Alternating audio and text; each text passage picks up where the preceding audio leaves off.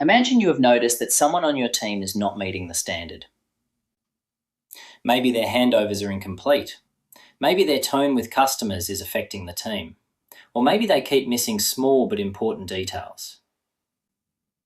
You know you need to give feedback, but the moment you think about saying it, the questions start. What if they become defensive? What if they say I'm being too hard on them? What if the conversation becomes awkward and damages the relationship? Most managers do not avoid feedback because they do not care. They avoid it because nobody has shown them how to give it clearly. The good news is you do not need a perfect personality or a big formal script. You need a simple structure. The structure I use is context, behaviour, impact, and next step. First, give the context. Tell them the specific situation you are talking about. For example, can we talk about something I noticed during the customer conversation just now? I want to give you clear feedback so we can make the next step easier. That opening matters. You are not ambushing them. You are telling them why you are speaking and what the purpose is. Second, describe the behaviour. Only say what you saw or heard.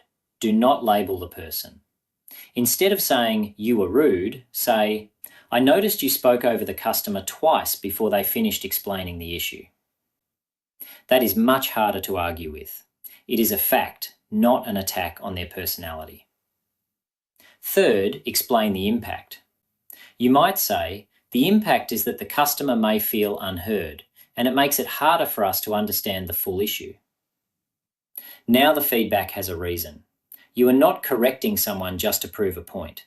You are explaining why the behaviour matters. Then come to the next step.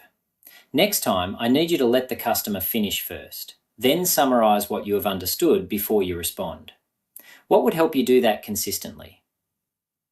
That last question is important. It gives them room to explain, and it lets them be part of the solution. Listening to their perspective does not mean lowering the standard. It means you are leading the conversation properly. If they become defensive, stay calm. You can say, I'm not trying to catch you out or question your intent. I'm raising a specific behaviour and its impact so we can make the next time better. Do not argue about whether they are a good person. Return to the behaviour, the impact, and the next step. And do not give 10 pieces of feedback at once. Pick the most important point. Make it specific. Agree on one clear action. Then follow up when you said you would. Constructive feedback is not about being soft. It is about being clear enough that people can hear you, understand what needs to change, and have a fair chance to improve. I've created a free constructive feedback conversation planner to help you prepare the conversation and use this structure in real life. You can download it through the link below. And in the next video, I will give you a feedback script you can use when you are not sure exactly what to say.